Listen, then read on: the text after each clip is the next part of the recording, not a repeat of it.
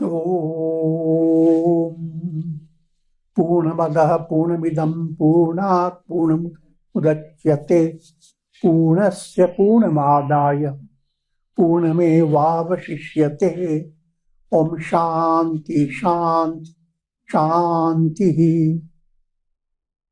Om Brahmanandam Param Sukhadam Kevalam Jnana Murtim Dvandvatitam Gagana Sadrisham Tattvamasya Laksham Ekam Nityam Vimalamachalam Sarvadhi Sakshi Bhutam Bhavatitam Trigunarahitam Sadgurum Tam Namam.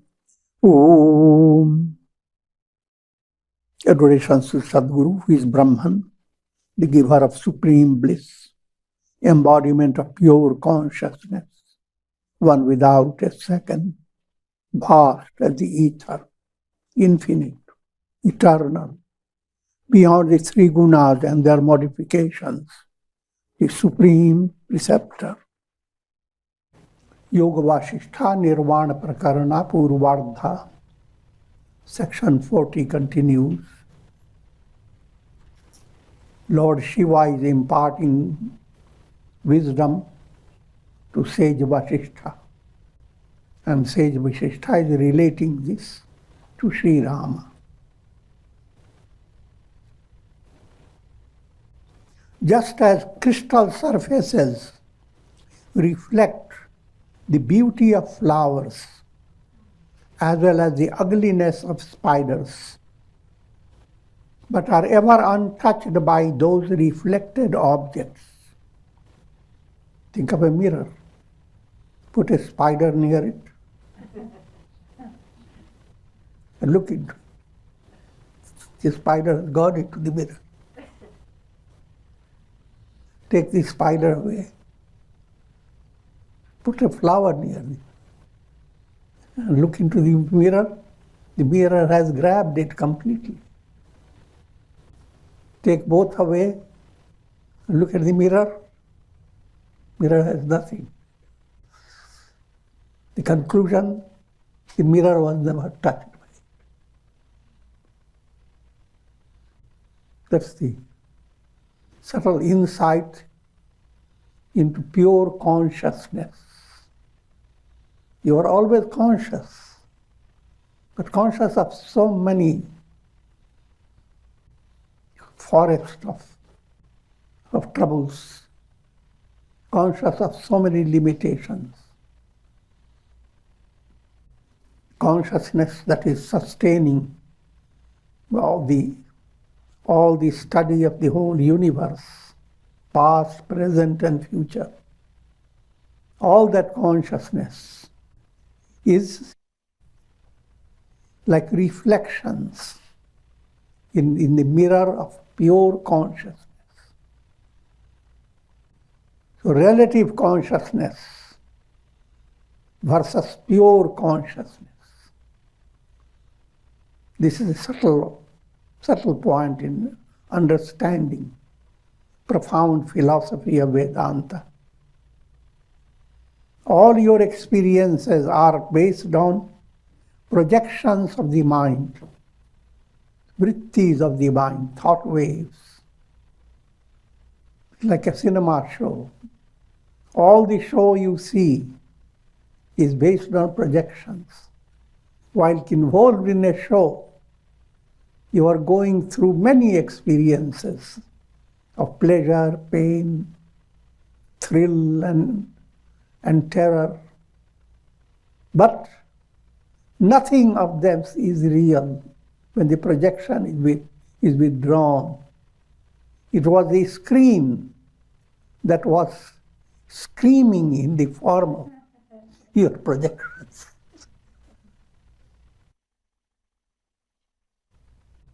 So it is divine awareness that is screaming through all your awareness, no matter how ticklish, no matter how little, and no matter how magnanimous.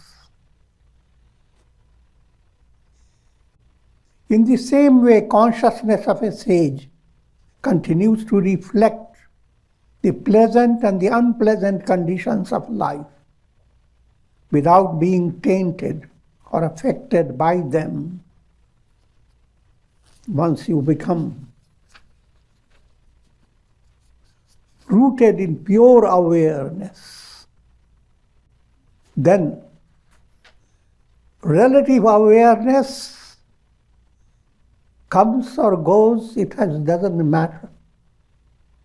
Whatever relative awareness brings about, you are untouched. The sky is untouched. No matter whatever may be the condition of clouds. So that is Sthita Prajna state, the goal for every soul, the goal of all religions of the world. That's described as in different names, God and Absolute Brahman and so forth. When the true essence of the worshipped self is understood and realized, then one's entire life converts itself into a perennial process of divine worship. This is the description of divine worship. To be ever aware, I am that absolute consciousness. Any effort you are directing towards that revelation is a real process of worship. Worship is to take you far away from worship. If it doesn't, it keeps you confined to the relative world. Worship means a predicament where your soul continues to incarnate and experience cycle of birth and death. So no matter how pleasant the ship, it's a worship. But as long as you are confined to worship, you have not come to the grip of real worship. Just to give you a simple insight about that, it doesn't mean that you should stop your worship.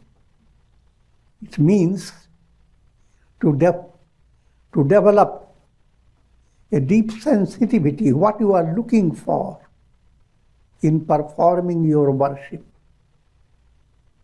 But when we are talking about worship, all devotional activities, beginning with being initiated into Ishta Mantra, that's the perfect divine key to open the treasury of spiritual progress. With Ishta Devatas, choosing Ishta Devata, your mind goes after so many gods, but you are more drawn to a particular deity. I'm leading you from the very early stage, the kindergarten stage. Now, you are gradually introduced. Say, for example, if you are worshipping Lakshmi Devi for money. With all the money with you, you are not happy. Now your mind turns to, whom should I worship? Someone gives you the insight. Worship Sankat Mochan Hanuman. He will take away miseries. So, now how do you handle worshipping Hanuman and Lakshmi? If you are mand, dull wit, then you keep both worship in your mind as separate types of worship. When you worship Hanuman, you don't want Lakshmi to do it.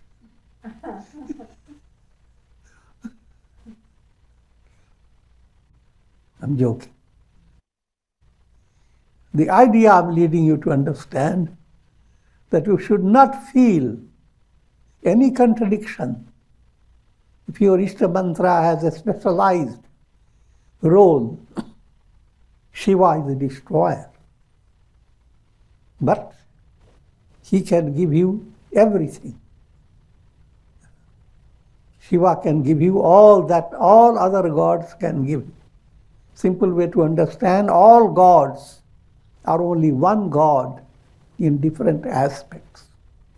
So no matter which aspect you have chosen, your mind must understand the source behind that chosen aspect is the one absolute God. And therefore, praises of God coming through different gods and goddesses, so many people having their different Ishta Devatas, they can't just sing the bhajan of only one deity. So in satsanga, all deities, gods, goddesses, and they must all, and you must enjoy every praise given to any deity with a deep understanding that all this is being directed towards the God. And the God is where? Pure consciousness, which is ever-present reality. Understanding that it is for the sake of the self, all things become dear to you. Nothing is more delightful in your personality than to have something that is endearing, something that can fulfill the cherished wish of your love fulfillment. To love and to be loved, both fulfilled in a profound way. And the simple answer behind it is your own awareness. That's what you, foundation of all your love. So, allowing your understanding to open the window to the revelation, Aham Brahmasmi, is the climax of all devotional practices and all forms of worship. And if that intent and clarity of insight has entered, then any ritual you perform becomes profoundly dynamic with spiritual potency. It has a different effect. It goes on purifying your heart, cleansing the paths leading to enlightenment. When the true essence of the worshipped self is understood and realized, then one's entire life converts itself into a perennial process of divine worship. And the worshipper becomes completely free from the taints of the world process. The worshipper becomes one with the worshipped. Having known Brahman, you become Brahman. And the question of being born doesn't arise. Section 41 and 42, dealing with the falsity of the world. Sage Vasistha asks, O divine Shiva, if Brahman is beyond the reach of the intellect, how can an aspirant attain realization of this divine self? Lord Shiva explained, the sattvic modification of the mind brought about by the practice of serenity, self-control, study of scriptures, and the guidance of Guru enables one to overcome ignorance and attain the realization of the self. So in this divine worship, these points have to be followed. What are those points? Your mind must be focused on 4 gatekeepers. Are you enjoying serenity? Are you progressing in it? If you are doing it, your worship is successful. Shama, serenity, contentment. Are you becoming settled within your heart that God is looking after you?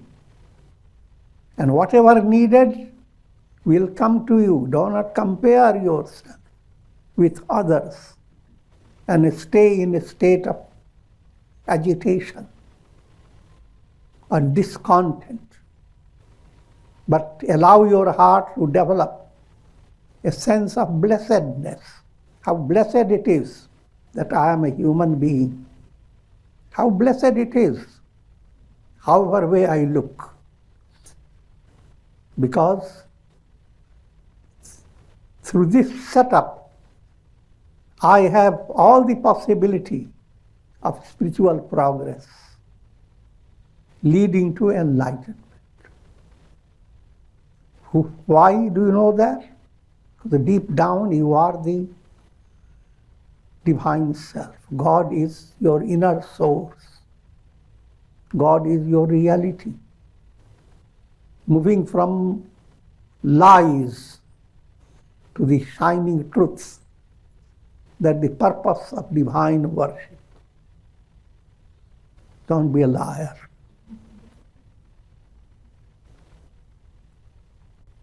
A washerman uses one type of soap to remove the impurities from clothes. When you wash a cloth, firstly, why are you washing? Because there is impurity. But what you apply to remove the impurity is another impurity. Both must move away. So, the methods you have adopted to neutralize your sinful karmas or your negative qualities, the method that you adopted to control your anger, those methods must move away. When you discover that anger is not your essential nature, anger is something like headache. Headache is not normal. Normal state is absence of anger. But when you are subjected to anger, you are given the whole sadhana of 3S. Suppress, substitute, sublimate. But when you have done all that, then let the 3S out. You don't have to practice it. Wash your hands with soap, but ultimately let the soap be washed away. These days you hear it again and again. In the same way, by the purified function of the intellect, which in itself is in the realm of ignorance, one is able to tear the veil of ignorance and attain the realization of the self. The effects of rajas and tamas are washed clean by predominance of sattva. And finally, sattva too is removed and transcended. That's what called Triguna Atita. how three gunas operate. Rajas, tamas create gross impurities. Those impurities are washed away by increasing sattva.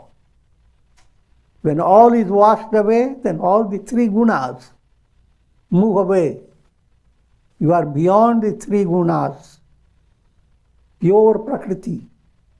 And pure Prakriti is magical power of Brahman. Nothing but Brahman. Aham Brahmasmi. And that's the state of absolute purity. It is the self that sees the self. Always there is a concept in the mind of darshan. That when will I have darshan of God? But darshan always implies duality. You will be here, God will be in front of you. But divine darshan, the profound level of darshan, is totally different. It's a revelation of your own self, because God is the reality in your personality. Who is the thinker? Who is the enjoyer? Who is the seer? Who is the source of your iPad? I'm talking about the ego I. And the ego I has created all this through nervous system, brain and nervous system. Brain and nervous system is act like iPad. Very more, million times complicated than your iPad. Because your iPad is a trace of the power of your psychological iPad, the mystic iPad. And that reveals the absolute power of Brahman.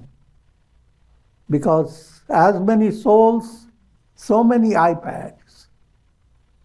They are all operating through their nervous system, experiencing countless situations, having countless expectations, lots of dreams, and tumbling from one embodiment to another. All in a realm of a dream-like experience, nothing real.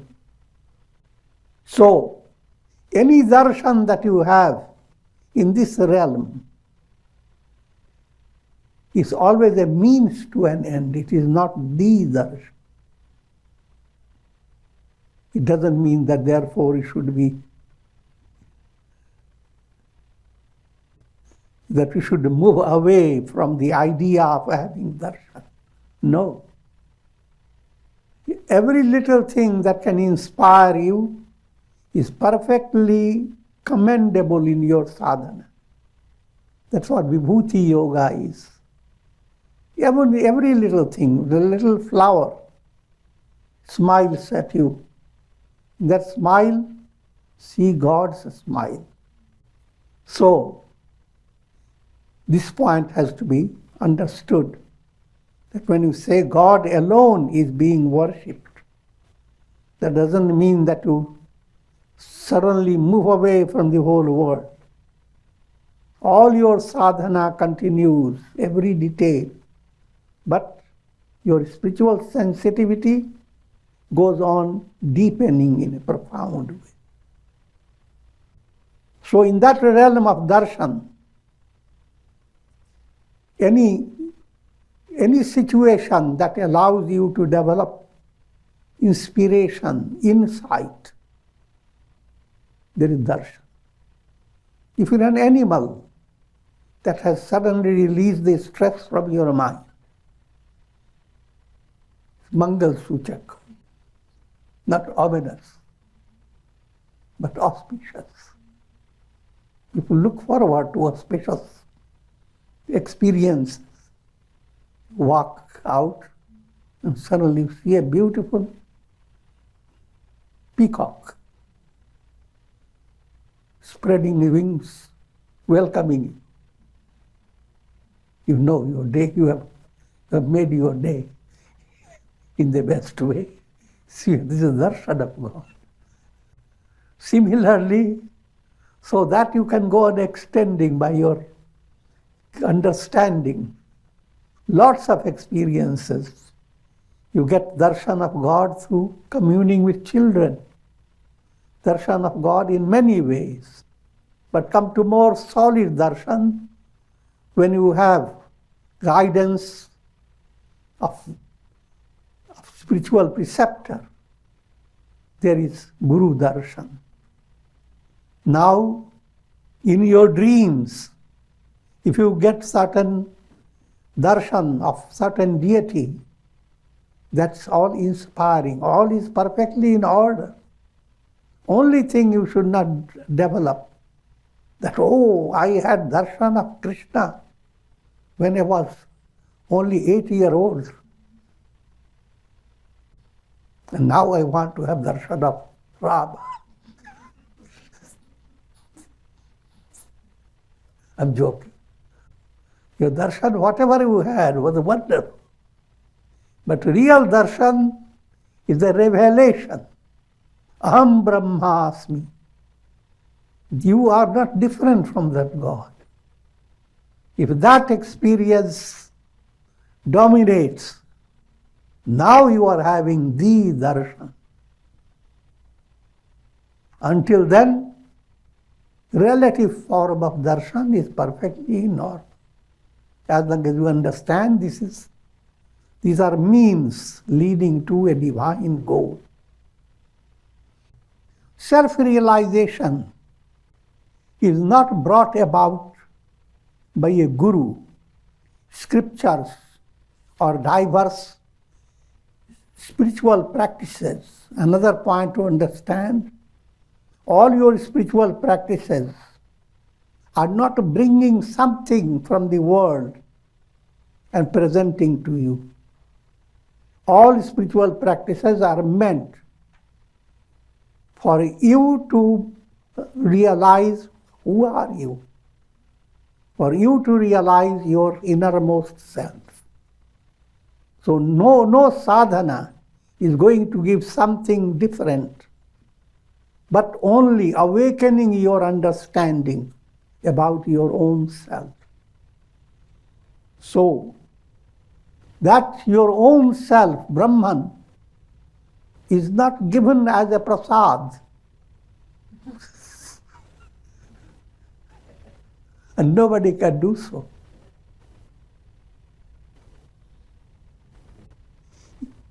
It is revealed as an ever-existing reality.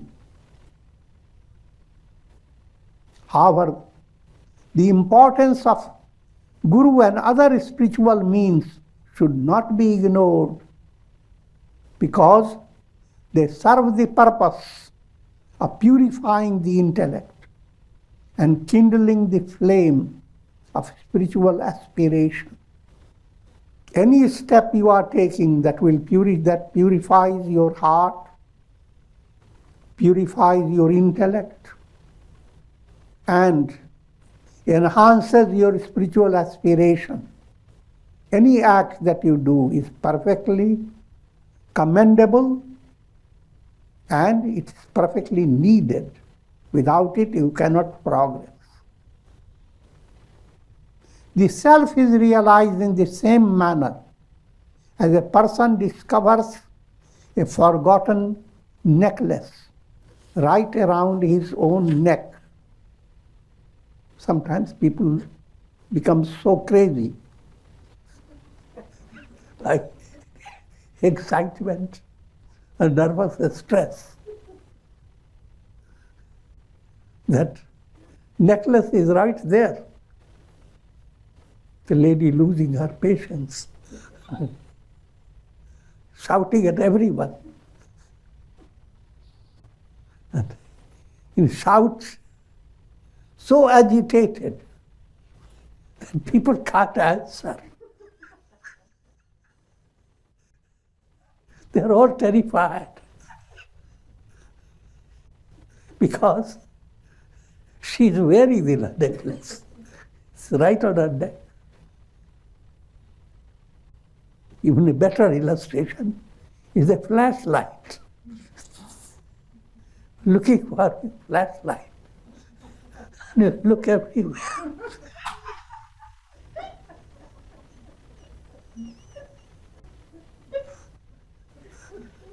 Shouting at everybody. And nobody understands.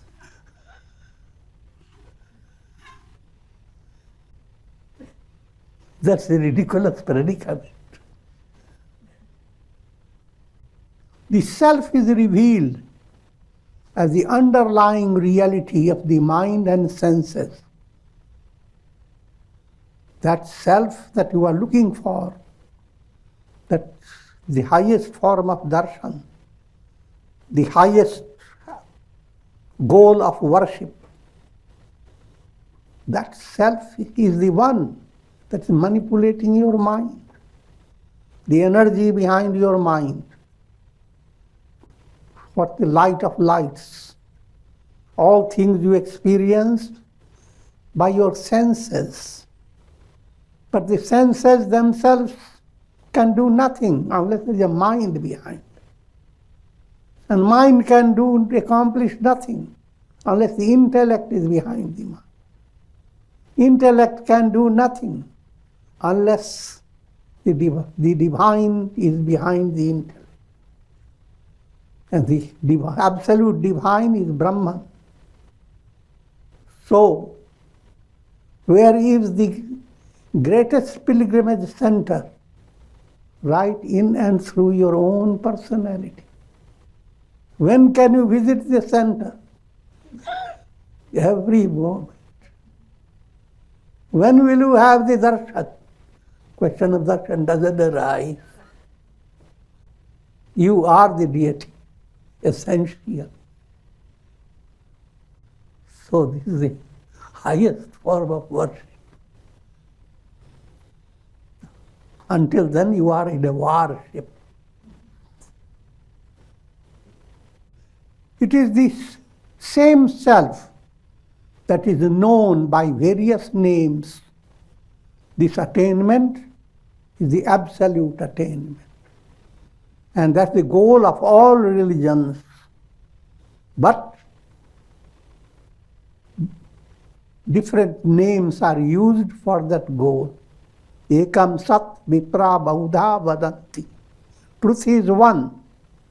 But sages and seers speak of the truth in different ways. So every religion creates a little change in their expression of the absolute self. But the goal is exactly the same. That self is called Brahman, the absolute. Shiva, absolute auspiciousness. Paramatma, supreme self. Ishvara, the controller and ruler of all. All these are synonymous. The knower of the self continues to worship the self until he becomes one with that Brahman. So this entire worship climaxes in realizing Aham Brahma. And the whole process is a real religion, a real devotion, a real worship. But if it is not so, no matter how much austerity you are doing, with your distracted mind, you are simply intensifying your ignorance. Therefore, even demons have been presented as those spirits that have done countless austerities, as a result of which they became so demoniac. In other words, demoniac negative trait develops in a person as a result of repeated practice. Positive develops the same way. Ignorance causes the rise of ego sense. This avidya brings about asmita. The soul conditioned by ignorance follows in the wake of the ego sense. How does this pure consciousness get involved in the tangled world of the world process? Pure consciousness is as if lost in a thorny desert, the world process called Jhanjamanj. If you are suddenly find yourself in a forest, and forest has come closer, you are coming to the grip, the trees are on top of you, creepers are all around you, thorny bushes are around, and who is looking at you? Lots of ants. Then that's called Jhanjamanja state.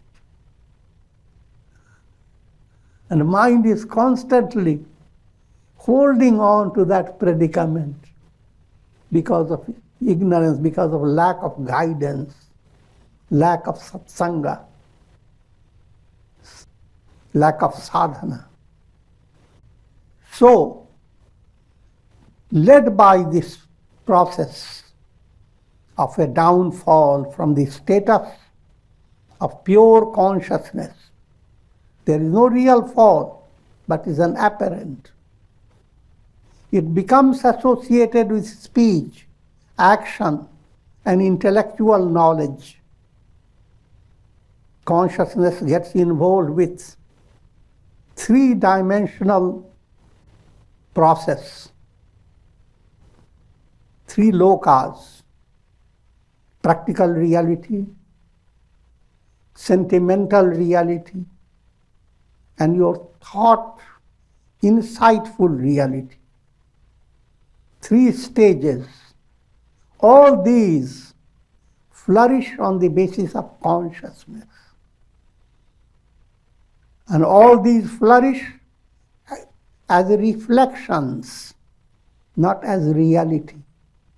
Therefore, mature aspirant takes the pledge of sannyasa. May I renounce all these three. And this is an act of profound worship of God. Caught in the maze of the conditioned knowledge of the world, the soul is unable to realize its intrinsic knowledge of the self. Endowed with the power of recollection, the function of memory, the soul becomes involved in sankalpas, worldly thoughts and desires. It projects the mind and begins to operate through it. Memory has two aspects: worldly memory and divine recollection. Spiritual Shuddha Smriti. Shuddha Smriti is highly commendable sadhana. This is called Sumiran, Smaran, remembering God. But that process is a process of revelation. Each time you have experienced something positive, it has been a little revelation of that is what you are in a deeper level. But that revelation you forget due to clutter of lots of memories of the world, worldly values. Those worldly values and that memory must move away. But as long as you are driven by that memory, you follow the law of karma. Though infinitely expansive, the soul becomes identified with the physical body and its limited surroundings.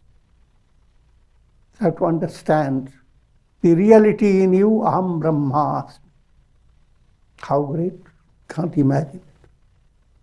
But you have forgotten it. Now, your reality is, I was born at a certain time, I born in the family of that, and you have a big hereditary story, and you have big story of the yugas, and you have the virus yuga, and so forth. All that memory that goes on entertaining your personality day by day, memory after memory. Millions of memories you create and you dump them when you pass on to another embodiment. Sometimes without going into another embodiment, not sometimes, all the time. Millions of memories that you had from your childhood, they simply move away. Behind all these memories, instead of having the bhajan of worldly memories, allow a sense of recollection, revelation, and affirmation.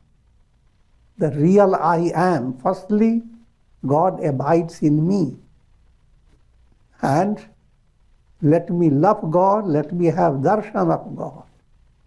And already I have given the idea of the Ishtra mantra and all the details. Follow the whole process under proper guidance. Then begin to understand that in that process of worship, you are offering divine flowers of non-violence, compassion, virtuous qualities, and you are opening the doors of liberation, shama, santosh, satsanga, vichar, ending up darshan of all darshans, aham brahma. That's the sketch of profound worship, and with this I will continue. Om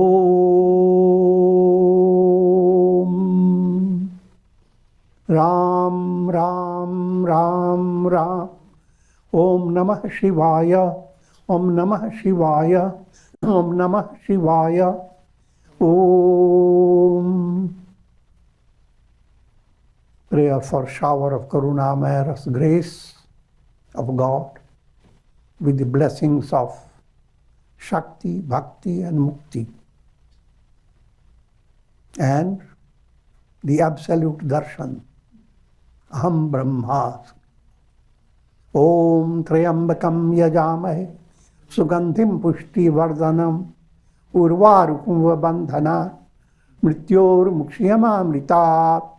Om Sarve Bhavantu Sukhina Sarve Santu Nidamaya Sarve Bhadrani Pashyantu Ma Kaschid Dukha Bhag Bhavet. Om Shanti Shanti Shanti. Hari Om.